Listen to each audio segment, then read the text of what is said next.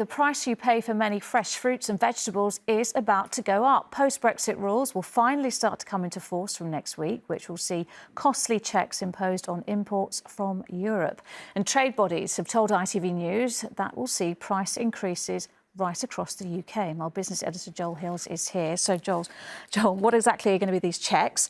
How much more are we going to be paying? Well, look, let's take a step back first to remind people the government has postponed the introduction of extra paperwork and of border checks on plant and animal imports from the EU 5 times in the last 3 years since Brexit. It did so because it was worried that the new controls would push up prices when we were right in the middle of a cost of living crisis. But those new rules from next week will start to be introduced gradually. Physical checks, for example, on goods will come in April. And what we've heard is that food importers, flour growers have been warning us this is going to affect price, choice, availability and shelf life of some goods. But then yesterday, DEFRA on its website updated and unexpectedly reclassified imports of many fruit and vegetable consignments from the EU from low risk to medium risk, which means that from the end of October, apples, pears, plums, peaches, strawberries, blueberries, grapes, raspberries, tomatoes, carrots, celery, sweet potatoes, many more, but not bananas,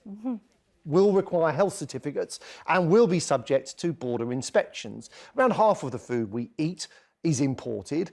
Most of that is from the EU. In 2022, we imported £3 billion of vegetables, for example. I think we can see there, 79% of it was from the European Union. In the same year, we imported £4.5 billion worth of fruit. Just under 40% of that was from the EU, mostly from Spain, Holland and from France. Now, the Fresh Produce Consortium estimates that these new controls for those imports will add £200 million to the cost of bringing them into the UK. And what they're saying is that will be passed on to consumers in the form of higher prices, and their members, as a result, will struggle.